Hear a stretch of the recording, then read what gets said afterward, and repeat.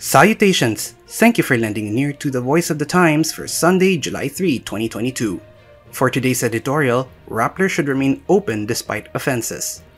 The news website Rappler deserves to be sanctioned for violating the 1987 Constitution, but the penalty should not be fatal. To be clear, we are not fans of that embattled firm. Much of its content seems biased. Also, Maria Ressa, its co-founder and chief executive officer, never misses an opportunity to make self-serving statements, especially when caught doing something wrong. Still, shutting down that website will likely do more harm to the democratic principle of free speech. As Beatrice Evelyn Hall famously said, "I disapprove of what you say, but I will defend to the death your right to say it." The Securities and Exchange Commission revoked the certificates of incorporation of Rappler Incorporated and Rappler Holdings Corporation, affirming its decision in 2018. Rappler was cited for taking in capital from Omidyar Network, an American investment company owned by eBay.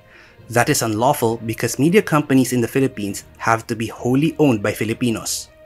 Rappler plans to appeal the SEC ruling, arguing that Omidyar did not buy equity.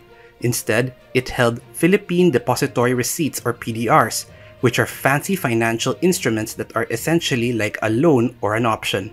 In other cases, the Supreme Court has ruled that PDRs are legal instruments in sectors with foreign equity restrictions, but the ones issued by Rappler gave Omidyar rights that are reserved for owners. In other words, Rappler called the cash injections as PDRs, but the SEC ruled that they were actually illegal investments. If true, that is not the first time that Rappler has misnamed some things. For instance, it claims to be a purveyor of independent journalism in the Philippines. It also puts down other local media as biased or soft, particularly on former President Rodrigo Duterte and his successor, Ferdinand Bongbong Marcos Jr. But look at Rappler's reports. They are evidently biased for the political rivals of the two, particularly former Vice President Maria Leonor Leni Robredo during the elections. Journalists should treat every side as fairly and objectively as possible. Naturally, they should not favor the government, but independence also means being independent from the opposition. As Ms. Ressa often says, journalism owes its loyalty only to facts and the truth. She, however, does not abide by her own words. In statements about the libel cases filed against her, for instance, Ms. Ressa cherry-picks facts by hardly mentioning that the complainant was a private individual, not the government. In fact, Rappler has not come clean about its role in the black propaganda that led to the ousting of the late Chief Justice Renato Corona from the Supreme Court. In her calls to defend press freedom, Ms. Ressa often mentions ABS-CBN, which lost its congressional franchise after some lawmakers claimed that it had violated the Constitution. But press freedom is not a license for unlawful acts.